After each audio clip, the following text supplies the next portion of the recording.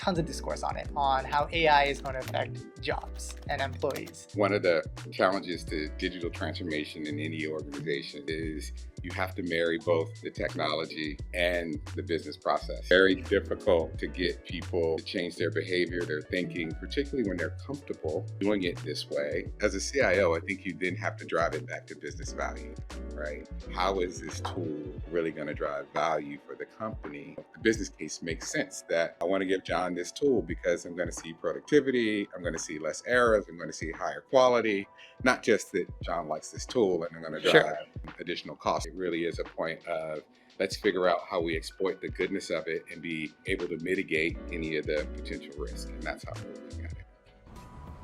Hello, I'm Anshul, and this is Floating Points, where we talk to the leaders responsible for transforming their businesses with AI.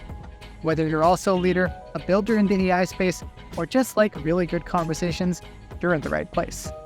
Today, I'm in the nation's capital, Washington, D.C., to have a conversation with John Russell, the Chief Information Officer of the Northrop Grumman Corporation. Northrop Grumman is a leading global aerospace and defense technology company with approximately 100,000 employees and more than 550 facilities in all 50 U.S. states and more than 25 countries around the world. Their pioneering solutions equip customers with the capabilities they need to connect and protect the world and push the boundaries of human exploration across the universe.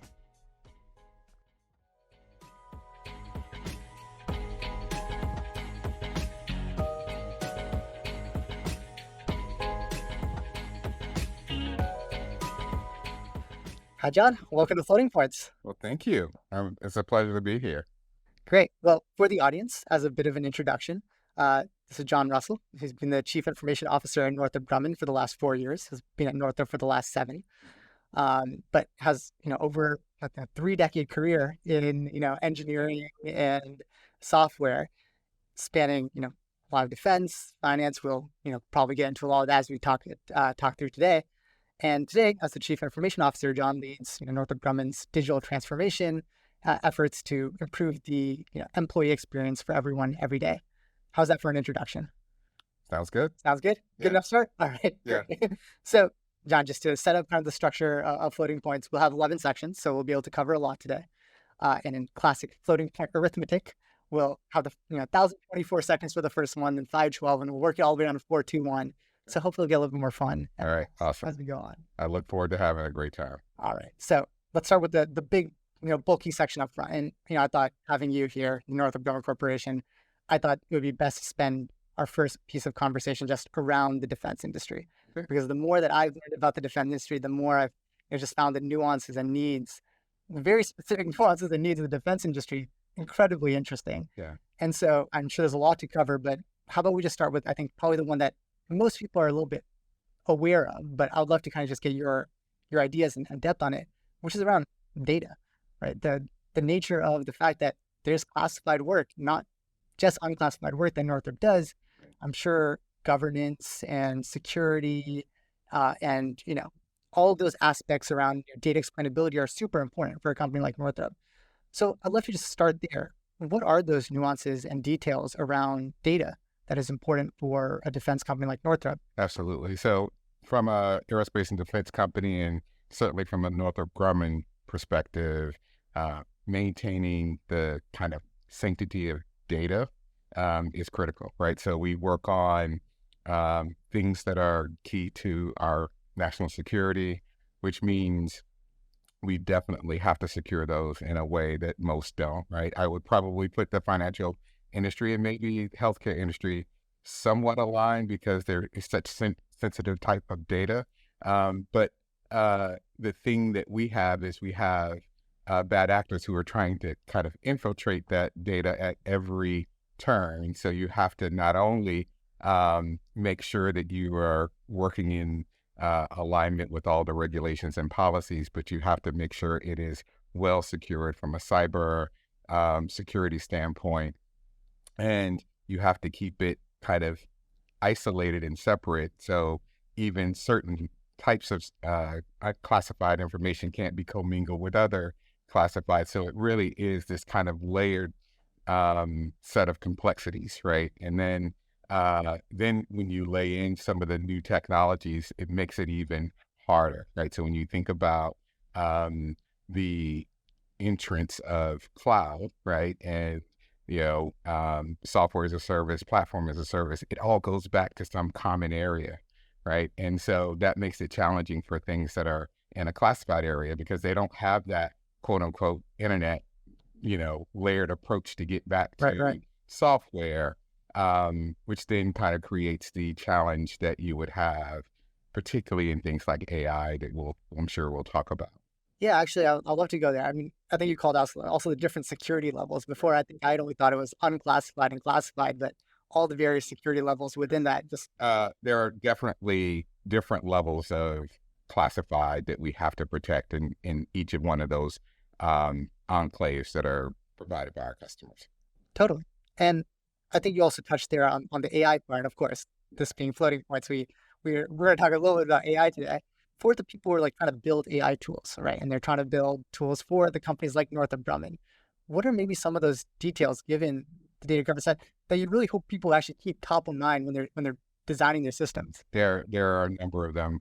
One, from an aerospace and defense standpoint, needing to build it purpose built, where it can be ported from a commercial only into like GCC high or government commercial cloud environments where it's US only, off nets, so that we can run it in these kind of unique environments that are required by the aerospace and defense. So that's number one, to really consider all of the markets that they might want to enter into. I think folks are in a race to get it out and they build it for commercial use only. And so then you have to retrofit at the end. And so I think that's one. The other is there's also this race to provide all of the AI clients.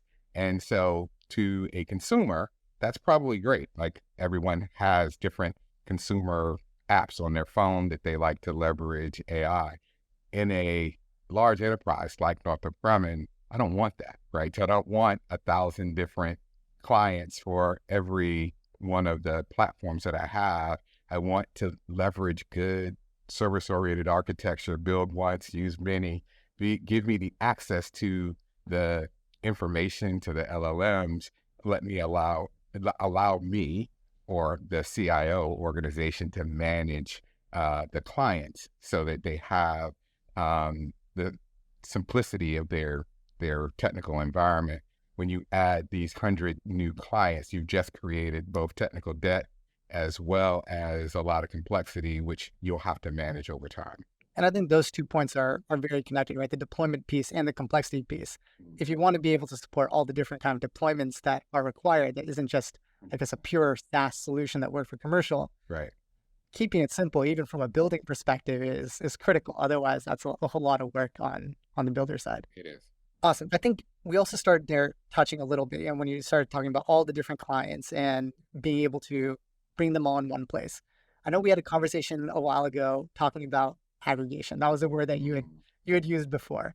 And you had actually noted that a bunch of companies are thinking of AI as a way of aggregation, but that's actually slightly tricky for Northrop Grumman. So the one, as we've democratized the generative AI, it allows you to aggregate so many things, right? So you see things aggregating emails and other different things. And so when you work in a more compartmented environment like aerospace and defense, over aggregation can be a real issue. Meaning, if I used over aggregation in a situation where I had location, customer, and tradecraft all unclassified by themselves, but when I relate those things together, actually could raise the level of the classification and get you into a place you didn't intend to be. That's why for us, the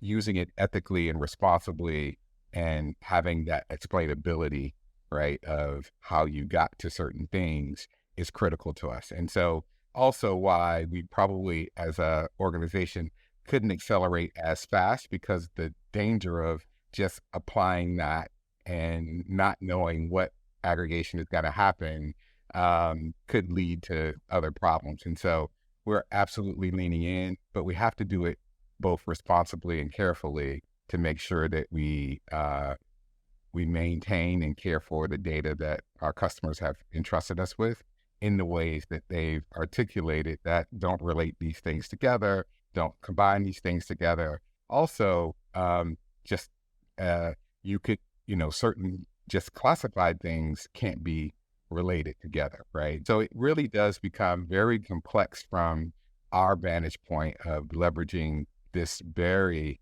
in my opinion, powerful new technology. Right. Right. Yeah, actually, I think that was fascinating. I actually did not know that you could have multiple unclassified pieces of information that together become classified, but that makes complete sense. And I think there was another point that you kind of mentioned there where it's like, the beauty of AI and aggregation is that you can actually start pulling in all these various data sources in a way that we fundamentally haven't been able to do before to give better information. But that actually poses another danger that if you don't think, okay, this is the earlier point, if you don't think about it for building, you kind of end up having to retrofit that kind of solution. Agree. We really do have to design it first. It's not like we could just say, run, this kind of data aggregation across all of our data sources, because, that could create all kinds of issues. I think that's an interesting point, but I would actually like to contrast it because I was listening to a podcast of yours a little bit from earlier this year, and one of the points you had made is the power of AI, and I agree with this, is the ability to shift left. Like you can get people with information downstream, like the manufacturers and engineers, their information and their opinions earlier in the design process. You are actually starting to pull more information together. Right. So how do you kind of think about that side of things? I think that in those situations, in those constraints, we've looked at, so if we're building a new aircraft or rocket or whatever else, right? So, and we want the whole life cycle to be collaborating at the front of it, right? So that's how we actually think about what we call digital twin, digital thread, right? So where we're bringing all of the things to the left so that we're ideating, we're designing, but also the manufacturing and the maintainers are all kind of in the room together, the virtual room together. And we can use both the technology of and the kind of inspiration and experience of each person across that life cycle as early as possible. Because what we found is engineers do a fantastic job of delivering on the requirements, but the maintainability might actually be suboptimal. They're like, why did they put the port on the back where I have to actually take the whole thing out versus, ergonomically designing it so that it can be maintained, where usually, so you get the diversity of thought from the full life cycle up front. And I think AI can help with that as well, because it could use information from maintainers of why does it take so long to maintain certain things and influence that into the design up front. But you also have, and that also goes to our version of how we are, our strategy for artificial intelligence is human-centered, right? So we'll leverage all of the information that AI can bring, but we're also leveraging the experiences and understanding of humans to kind of drive and validate all of those things as well. So I think it's a great question. I think it's a real balance. Like any other, I think, disruptive technology, it has both the benefit and it has the opportunities that you have to manage. And I think AI is no different. It really is a point of, let's figure out how we exploit the goodness of it and be able to mitigate any of the potential risk. And that's how we're looking at it. I think that makes complete sense. I'm always kind of curious to hear from leaders like yourselves, applying AI to move things shift left. Let's just take that as an example, since that's what we were talking about. Or AI, digital twins, whatever the technology might be. How much is it a need of technology to make that transformation rather than just setting up some process in there? Because I think one of the conversations I generally have is like, we have AI, one ball hammer, let's hit every nail. But is it necessary? I guess, to what degree do you think it is important? Yeah, so I would tell you that, one of the challenges to digital transformation in any organization, um, and why some of them don't meet their objectives is you have to marry both the technology and the business process, right? So if you just deliver you just deliver a technology and people are still using and functioning the same way, it's suboptimal, and so you really don't get the transformative benefits of it. But when you can marry the fact that I'm giving you this new digital platform and I want you to change the way you work, right, to be more purposeful around the new technology, then you really get the lift of it. And having done technology for, as you said, over 3 decades, I'll take changing technology over hearts and minds any day, right? So it is very difficult to get people to change their behavior, their thinking, particularly when they're comfortable, doing it this way. And I think that's the other part of what I think the future holds. What I think has been termed digitally native companies, they're already kind of born being uncomfortable with changing in their process, changing in technology. And so they're anticipating the change. Whereas, the folks who come up prior to that, you have been taught to kind of think about, this is my career, this is the job, and you want to fight to hold on to that job. Yep. So it's very different, when we start to figure out where we're going in the future.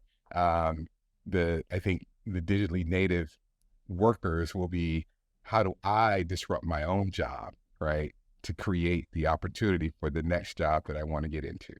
That makes a lot of sense. I think I actually want to kind of take on one of the threads that we had just talked to and combine it with another one, because I think this is also a really interesting part of the defense industry that's different from the tech sector where I'm from. We've just been touching on the fact that Northrop doesn't just build software; there is also hardware involved with it. Mm-hmm. And I remember looking up. I think in 2020 you were named by the Washington Exec one of the CIOs to watch, and one of the things that was mentioned there was, of course, it being 2020 and COVID, the entire idea of uncertainty and being able to work virtually. That combination of both manufacturing and uncertainty, given the mission criticality of the work that Northrop does, I think paints a very different picture on how you view the role of technology and uncertainty than someone like me, where it's like, okay, a month later, if you push a feature, it's not the end of the world. How does that formulate your thinking around technology and tech transformation? Yeah, so that's a great question. And I think that for Northrop Grumman specifically, we understand that our true competition as a defense provider is not the other companies, right? It's the nation state actors, it's the countries that might invade our freedoms, and they don't have the same level of ethics that we do with respect to, did we do this responsibly? They're purely kind of driven on their, ambitions of and objectives. And so we have to be both ethical and responsible, but we have to be able to move with speed, right, to negate what's happening. Because generative AI is not just offered to the United States. It's offered to everyone else, right? And so how do we continue to inspire the ingenuity, but we do it in the right way, and we drive that forward. Totally. And I think, on this topic, it's obvious Northrop Grumman is government adjacent, mm-hmm. right? And the government, I wouldn't say is the fastest moving on the planet. Maybe you can correct me if I'm wrong there. And, I think I would love to kind of get your perspective on how the speed of, the federal government moving maybe affects the speed that Northrop can move, or how you view that relationship between Northrop Grumman, the government, technology, and that intersection, because I think that is also a fascinating dynamic to get into. I would say the government defense is a very big and complex ecosystem. I think that at the top, there's very much alignment around leveraging and integrating technology. They have things like the DIB Innovation Board and et cetera, that's their charter, right? To go off and figure out how do we take what I would call coefficients of friction out of getting technology in. But when you really think about it, right? So it's such a big enterprise that from the top to the bottom, there's so many layers where things get translated differently, which as well as the same constraints we talked about earlier, right? What happens if this and this kind of come together, or I get some unintended, impacts for things. I think the upside is that I see us using kind of a risk management framework for things like generative AI to move it faster. Will it move as fast as, say, Silicon Valley? Probably not, right? But the risks are much higher, right? So if you think about Silicon Valley, you could run all these things, and at the end of the day, hey, the product hits or it doesn't hit, nobody dies, right? Or you can A/B test things. Exactly. I don't necessarily know we want to A/B test things with the stuff in Northrop Grumman don't. Right. And so you have to also look at there's potential life and limb involved here. We have our war fighters who are out trying to protect our freedom. If we don't get it right, there's the potential is challenging. So while would love to continue to help drive acceleration, I also understand the constraints that we're all working under and trying to make sure that we do the right thing for the country and our military. Absolutely. Well, I think we covered a lot of things there on the defense sector, and I think it's about time that we move on to the next topic. All right. We're going to keep this moving. We're going to half the time, so now we have 512 seconds. I got to speed up. We're going to speed a little bit each time. All right. But this one I actually want to just flip it a little bit. And we've been talking a little bit of the defense sector, but I want to talk about your background because I think you have some unique experiences that I'd love to get your takes on. Of course, you spent the majority of your career in the defense industry, and that was also how you started your career. I just want to start there. What got you into the defense industry to start with, and then we can kind of walk through the career. So, interesting enough, shortly out of college, I entered the aerospace and defense world. It was during a number of the, I would say, conflicts, right? And as a young man, fresh out of school, engineer, I would go to work and see different things, be involved in different things. And then you'd watch the news and you're like, that's not what really happened, right? So it really did endure me to the mission, right? Of feeling connected, to adding value to kind of make sure that missions that whether overt or covert were actually being executed the right way, and supporting that from a technology standpoint. Totally makes sense. But then, you worked in the defense world for 6 years, and then you actually went to the finance world for a while. And so I'd love to understand kind of what made that career transition. What attracted you to the finance world? Do you see any similarities, differences to the defense world? I'd love to get that take as well. Sure. So that was really driven by kind of macroeconomics. So I was on a program that was coming to an end. Defense spending was slowing, right? So and quite honestly, the financial world was taking off, right? So both from an investment standpoint, mortgages and refis, and so but very similar types of work. Both, I'd say, aerospace and defense and the financial industry have always used technology as an enabler, right? So now the term fintech has kind of come up, right? And it's because they've always leveraged technology and been on the leading edge. So that's also what kind of drew me to it as the next kind of step in my career. And so I went into the financial industry, and it was all software development, architecture, load balancing, design. And it was very much like I was in an engineering company, just their product was a financial set of instruments. Totally. I think that was one of the big surprises to me when I started talking to a lot of companies out there, that some of the largest engineering teams are actually at finance companies. They aren't necessarily at the tech companies in Silicon Valley. I thought that was fascinating. In fact, that was actually one of the other questions that I wanted to ask. I mean, fintech has taken off, I would say, in the last 10, 20 years. And it's had its own, the crypto wave and all of that. They've had their own things. I know that GovTech is an industry in itself. Mm-hmm. Maybe it's just where I live. I don't see as many like startups coming up in the GovTech as maybe in fintech. Yeah. Are there like differences between the finance and government worlds that you believe is like GovTech maybe has not taken off at the same rate as fintech? Do you see that being a thing for GovTech being as booming as fintech has been? I think the challenge with GovTech is the break-in entry is much more difficult than it would be for a fintech startup, right? So for GovTech, you most probably are going to have to unseat someone, right? Where in the fintech, you might be unseating someone, but you might have just found a niche market that you want to go address. So that I think the opportunity space is just a little more broad.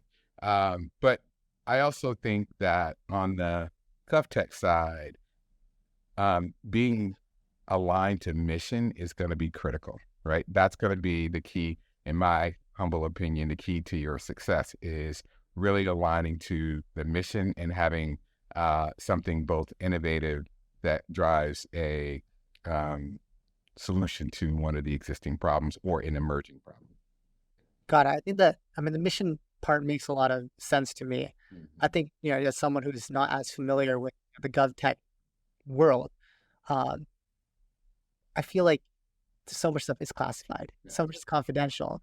How would someone even break in and understand where their mission should align to? Yeah, so this is an emerging area that I think is actually merging, right? The Silicon Valleys and the GovTechs are coming together to really drive more what I would say both innovative and cost-effective solutions, right? So the fact that there may be commercially available capabilities that could be partnered with someone that has unique customer intimacy to deliver the most optimal solution, I think is really an area of opportunity for us. And so when you think about how do you kind of break into a GovTech, I think you have to marry those things together, right? Bringing something that might not be addressed currently from a technology standpoint, but then partnering yourselves with someone who has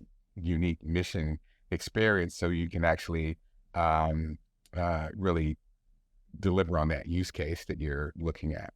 That makes a lot of sense. Okay, so getting back to the career. Okay. Spent 7 years in finance, and then you came back to the defense world. Yeah, first love. What brought you back? So I had an opportunity to take a role that would take me internationally, and that was definitely an impact to my career experience. I hadn't done any international work. It was, again, for a great mission. And so that brought me back, and I haven't looked back since. You haven't. Being at various kind of places in the defense world, and for the last 7 years, you've had a home here at Northrop. What about Northrop attracted you to Northrop's mission that made you feel like this is where I want to keep on building, this is what I want to lead transformation at? Yes. So honestly, the first thing that brought me here was the culture, right? So I had when I was an executive at another company who had partnered here, and just the experience partnering, negotiating with Northrop was unique to all the other experiences, right? And so the level of integrity, the level of how you can just interact and get a clean and clear answer, and that they would stand behind it. And so when I had the opportunity to join, and it was time, I was looking for my next, adventure. And so I joined, and it has been that, right? So the culture is key. I think whether customers, partners, when you work with people that you can kind of trust and you feel like have integrity, that's where you want to, go if you have a choice. All right, so we're gonna keep this moving, John. So I was looking through your LinkedIn bio, and the only hashtag I found was hashtag every employee every day. That was the one hashtag that was there. So I know, you're a leader that deeply cares about your employees, and enabling your team to do their best work. And I'm sure you've given thought, because there's tons of discourse on it, on how AI is going to affect jobs and employees. On one hand, you have the people who are saying like, oh, all jobs are gone. On the other hand, you have people thinking that AI is meaningless. I'm sure there's a bit more nuance, but I'd love to kind of get your take both on how you view your workforce and your employees, and then how you think about AI in that context. So I think having done technology for many, many years, AI is just another entrance of technology that I think will be put to great use, right? And so, um, I what I see is it will allow us to mitigate some of the challenges around resources, right? Particularly around the things that I would, that we should already be automating, dull, dangerous, things that we could actually get AI and automation to kind of take care of and let humans go up the stack upstream to more intuitive type things that would be better for us to be doing. I think for the most part that over the next several years, we'll see it really drive more productivity than in my opinion, the eradication of specific jobs. Because if you think about what's happening right now, we don't have enough qualified folks in the workforce.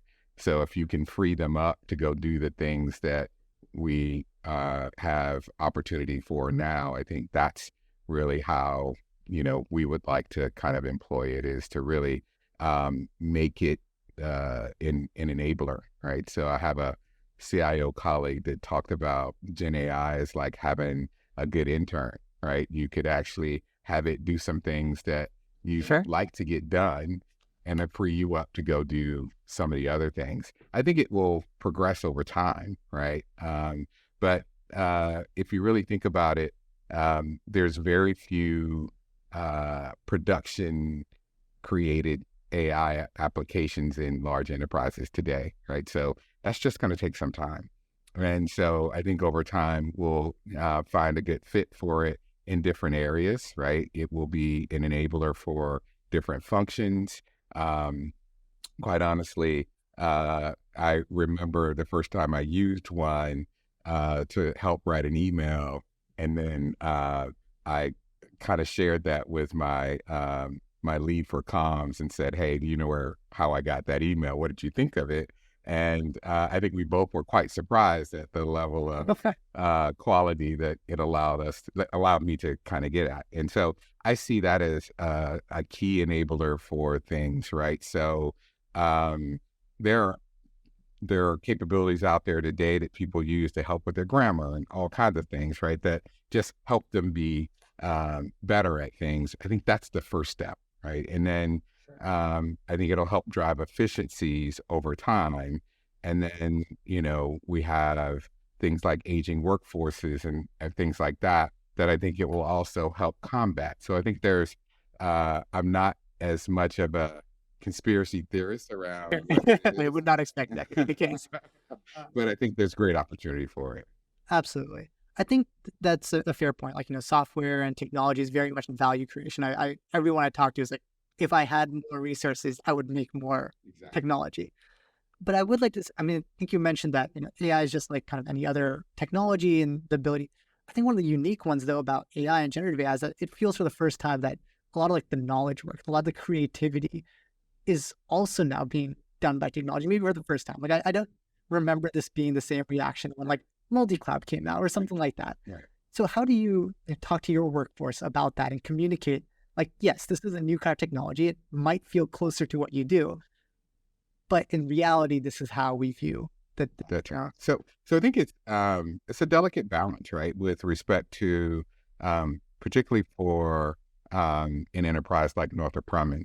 I mean, when you enter into any type of tools, it's almost a religious war. People love a particular type of tool, want a particular type of tool.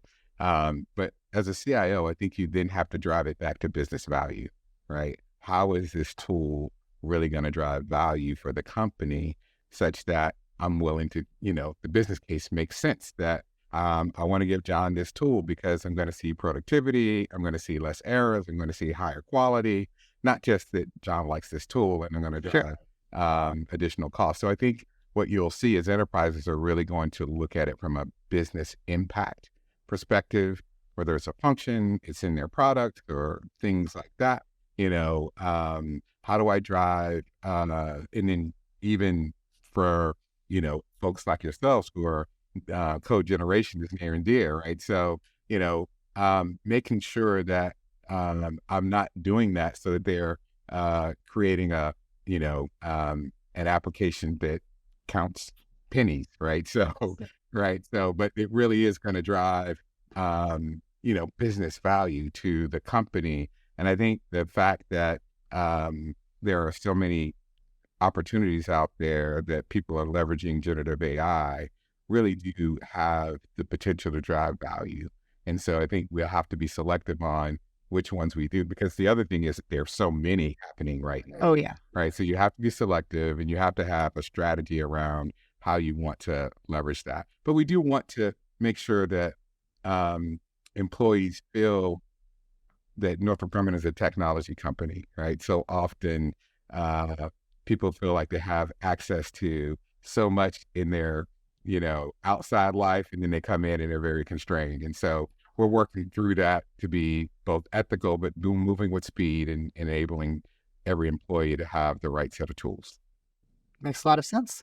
There was one term that you actually had brought up earlier today that I actually want to dive into because I think it's a fascinating term to be using for a company like Northrop Grumman, and that was digitally native.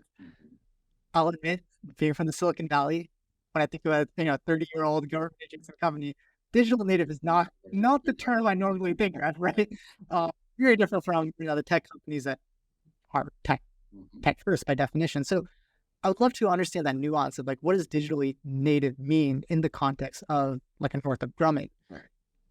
And how does that influence how you make decisions around technology? So I think it's for us, one, it is maintaining our culture, right, of mission, diversity, all of the things that make Northrop Grumman Northrop, but also pivoting to really understand that technology is going to accelerate. It's never gone this fast, but this is the slowest it's going to go, right? Yep. So how do you get to a point where you've changed that mindset that I need to be willing to disrupt and adopt much faster than I ever have in the past to be able to maintain that competitive edge, right? So when you think about whether it's generative AI or getting to this digital thread, digital twin, digital ecosystem, or quantum, or any of the other kind of emerging capabilities, we either need to be moving at the speed of business or at least really, really fast adopters, right? And so we may not be able to be, as an A&D, the first adopters. Sure. Right? I think we can be the first adopters in A&D, right? There we go, yeah. So, and I really like that part of it. And we have examples of where we've done that. But to me, it really is that.